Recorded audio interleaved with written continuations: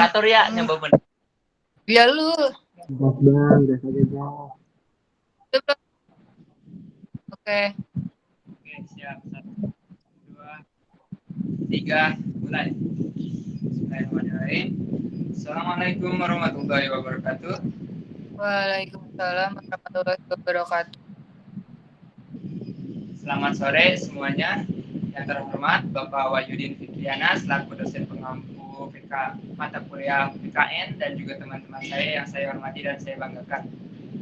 Pertama-tama marilah kita panjatkan puji dan syukur kehadirat Allah Subhanahu wa taala karena atas rahmatnya kita mampu berkumpul di sini untuk membahas presentasi yang sudah kita buat.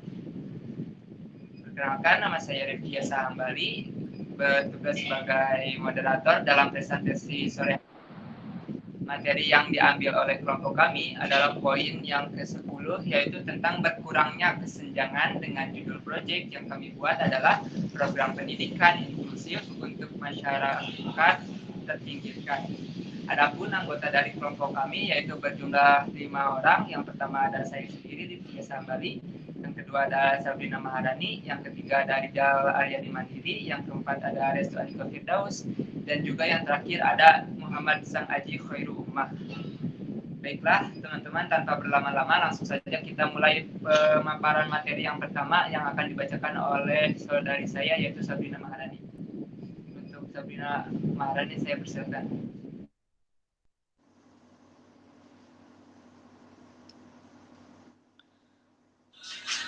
Program pendidikan inklusif untuk masyarakat terpinggirkan.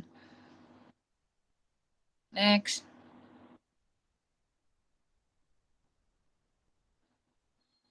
Ini tujuan program kami ya. Proyek ini bertujuan untuk mengurangi kesenjangan dalam akses pendidikan antara masyarakat terpinggirkan dengan masyarakat umum.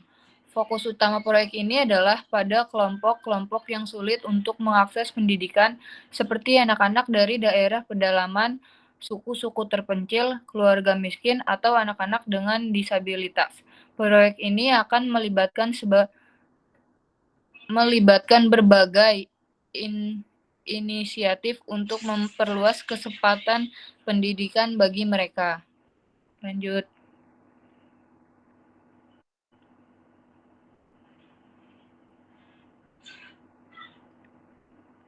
Next.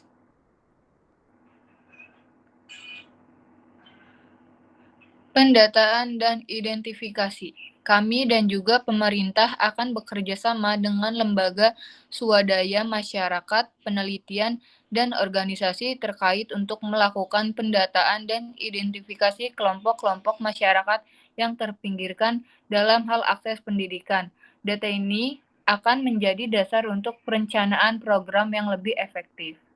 Selanjutnya akan dilanjut oleh Rifkia Sahambali.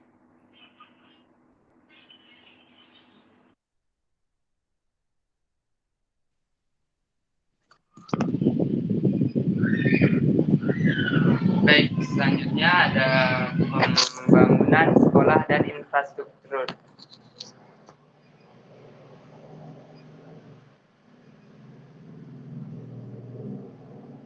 Proyek ini akan mencakup pembangunan sekolah baru atau rehabilitas sekolah yang sudah ada di daerah terpencil. Infrastruktur seperti jalan, jembatan, dan sarana transportasi juga akan ditingkatkan untuk membangkitkan aksesibilitas yang lebih baik. Selanjutnya,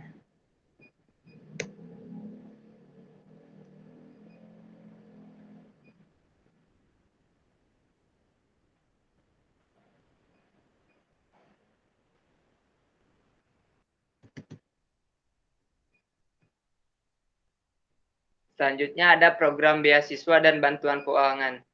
Nah, untuk mengurangi hambatan ekonomi, pemerintah dapat meluncurkan program beasiswa dan bantuan keuangan yang ditunjukkan khusus untuk anak-anak dari keluarga miskin atau daerah terpencil. Hal ini akan membuat mereka mendapatkan akses pendidikan yang lebih layak lagi.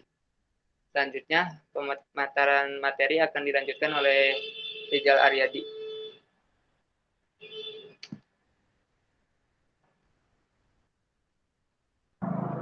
Oke, baik. Izin melanjutkan.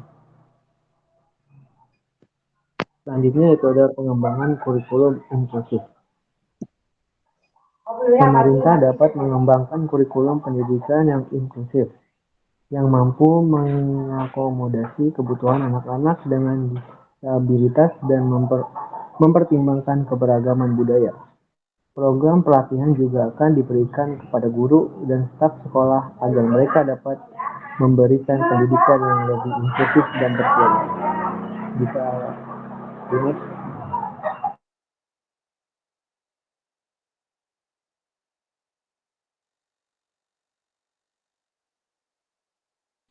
Next, no. selanjutnya itu adalah teknologi dan akses internet. Pemerintah dapat berinvestasi dalam lewat ini, maaf.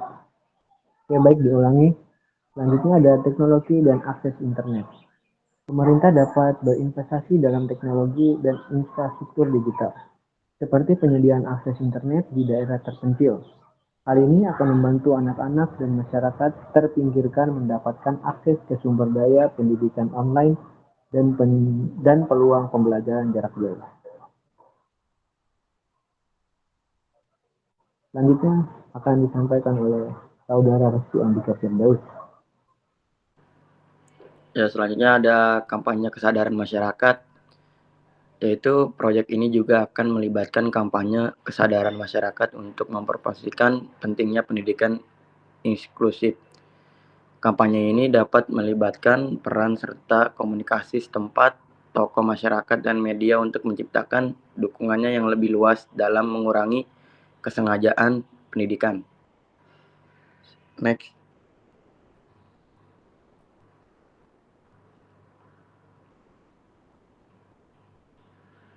Manfaat proyek, ya ini ada meningkatkan akses pendidikan bagi masyarakat terpinggirkan.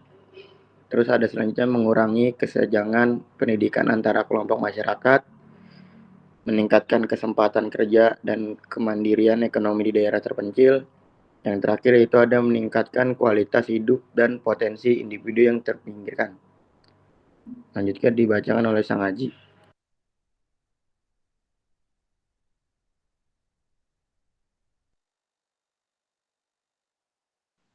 Hal yang harus diperhatikan agar proyek ini berhasil. No.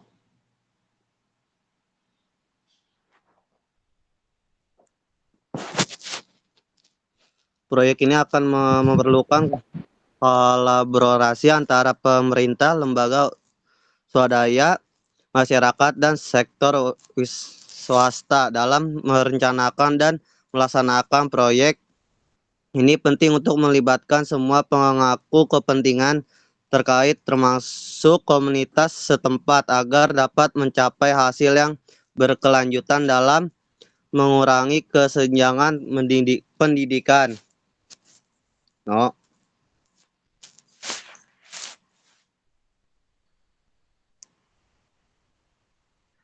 No, next no. Kesimpulan, proyek program pendidikan inklusif untuk masyarakat terpinggirkan menjadi solusi untuk mengurangi kesenjangan pendidikan dengan langkah-langkah seperti pendataan, pembangunan infrastruktur, program beasiswa, pengembangan kurikulum eksklusif, teknologi, dan kampanye kesadaran.